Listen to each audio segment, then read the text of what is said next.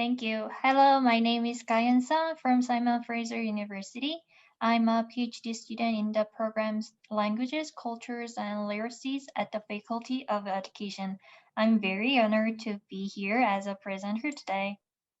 My research started with a broad, general question. How would social media users' lives have been co-constructed with what they have searched, watched, and clicked on with algorithms? I approached this question from the perspective of critical digital literacy and examined some phenomenon and one common thread posted on YouTube videos to investigate ongoing power relations between social media users and the algorithms. I chose YouTube because YouTube is the biggest video sharing platform in the world. In 2019, over 2 billion logged in users visited YouTube each month, and there were 31 million channels. What these stats mean is that the algorithms are continuously trained and evolve with the petabyte scale of the user's data and influence us. In the field of media and big data studies, there has been a lot of research related to algorithms and its influence on our views under the umbrella concept of filter bubbles or echo chambers. This is my personal experience, but for this research project in spring, I took a critical data analysis course at the Faculty of Education. And I found out that a lot of literature about machine learning, deep learning, and algorithms are based on a variety of theoretical foundations, but the context they are talking about are very limited and the US oriented. So whenever they raise the issues related to algorithmic discrimination or bias, they almost always give the example of 2016 US election in which Donald Trump won the presidency with the help of Facebook's micro-targeting advertising technology. Or they show how Google search or Facebook shows different news articles to each user based on the user's political views, whether the person is a Republican or a Democrat. I understand why a lot of researchers and authors take these examples because it's really obvious like black and white, and its result is also very evident and powerful. However, I doubt how many younger generations who are not in the US would resonate with these US centric political examples when they learn digital media literacy. In this vein, I think Jones's two papers can shed light on how we see algorithms when they are involved in our everyday meaning-making processes.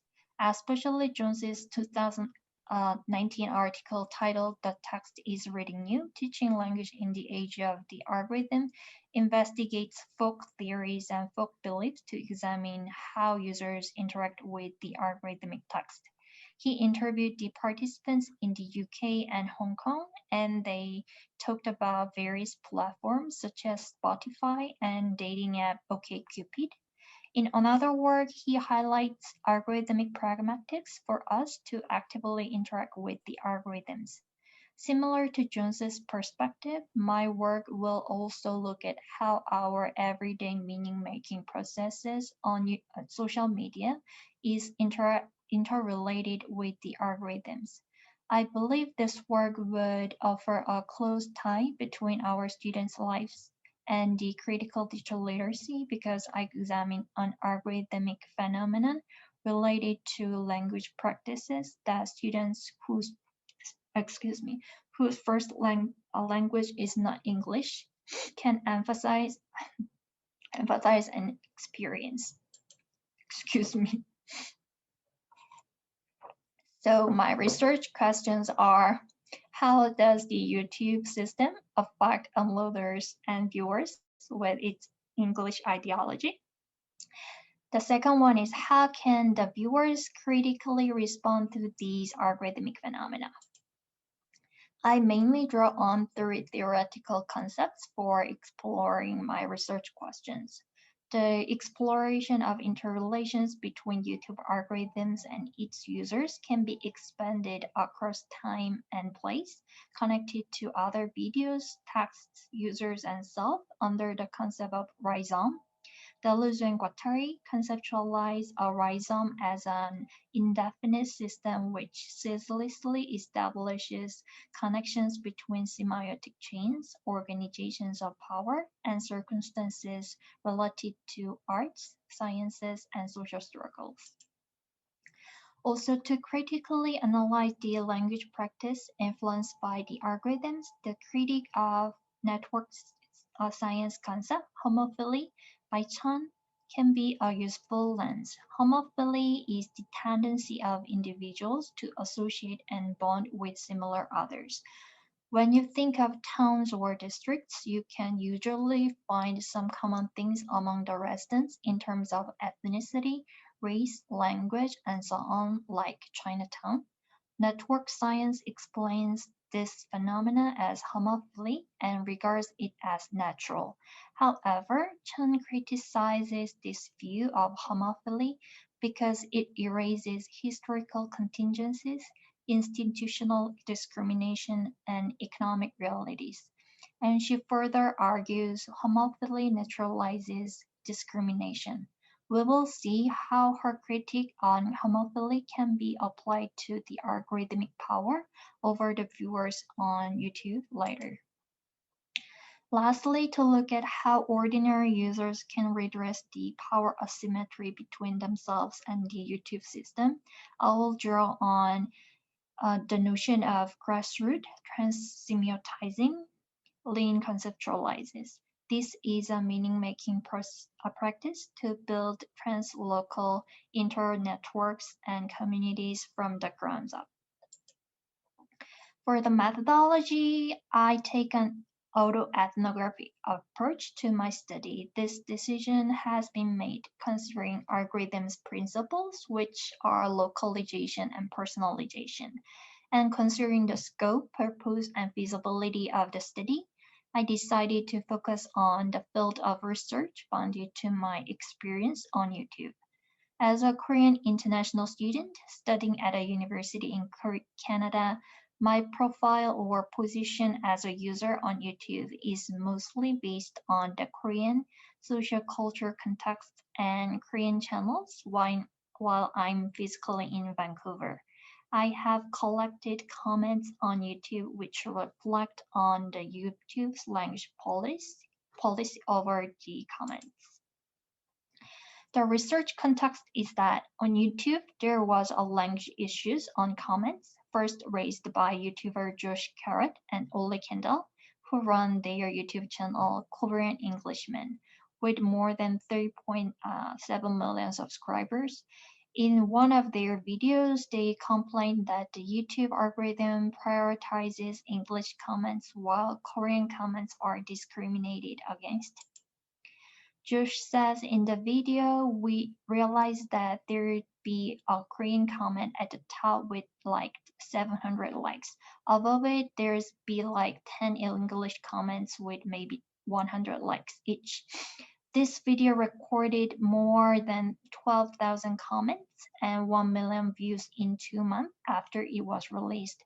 Also, this became an issue among Korean users of YouTube, and they began to pay attention to the order in which the comments are displayed and why English comments tend to be at the top of the comments on the video of Korean channels. The thread of comments today I will share with you is one example. The comments were posted on the video about a stray cat titled "So Hard to Keep Fishing with Some Sex Destruction." The video was uploaded on January 25, 2020 by a Korean uploader, Hahaha, and recorded more than 3 million views. In this video, the Korean viewers also noticed and experienced the same thing that Josh and Oli pointed out. The English comments were on the top of the comment feed. I think this is the segregation of homophily that Chan criticizes. It looks like a natural phenomenon that the channel and video gets more famous and attract more English speaking users. But actually, behind this phenomenon, the algorithm worked by prioritizing English comments on the comment feed for English-speaking users to make them engage in the video and dev channel. One thread of comments written in Korea I found under this video was this. All the comments I captured in a thread were written in Korean and I translated into English. Austin Jung initiates the discussion about languages in comments and four other viewers replied to the comment. Austin Jung's initial comment got more than 4,400 likes. The main 5 minutes more. What? 5 minutes. Okay. You hear that? 5 minutes? Okay, yeah, thank you. The main issue here is the causal relationship between the English language and placement of comments in the comment feed. The commenter RERAC insists that there is no such causality and the placement of comments is based on its popularity, the number of likes. However, Gahyun Son and Austin Jung rebuffed this argument by analyzing the number of likes, English and Korean comments received in the feed.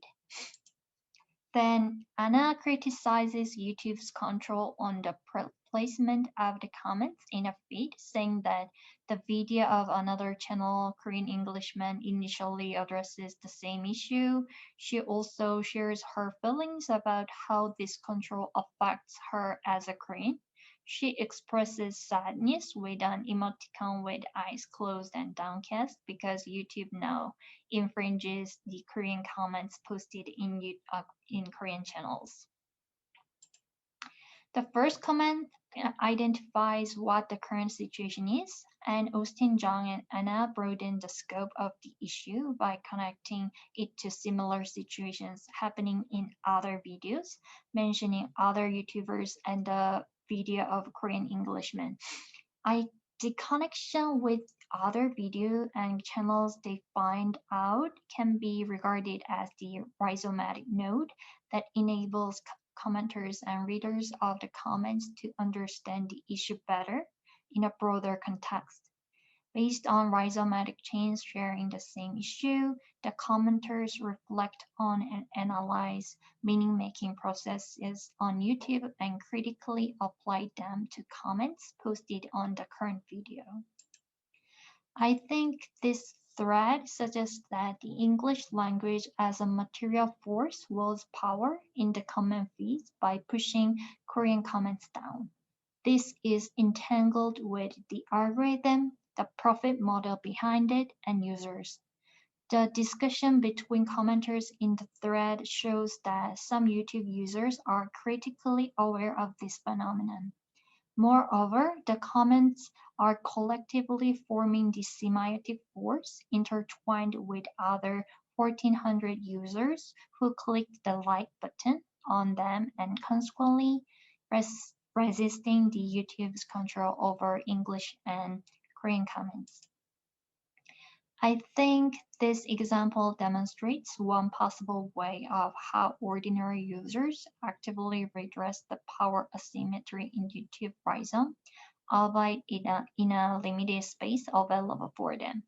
The space open for comment to an individual user is only one blank line below a video, but it is expanded physically and semiotically when different viewers add comments sharing their ideas and feelings by throwing out another rhizomatic route. I think this is in line with the notion of grassroots trans-semiotizing to build trans-local internetworks and communities from the ground up.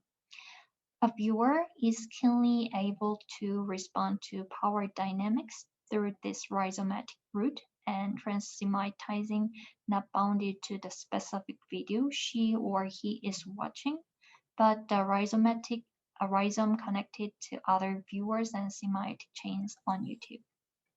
1 minute? Yep, thank you. Go.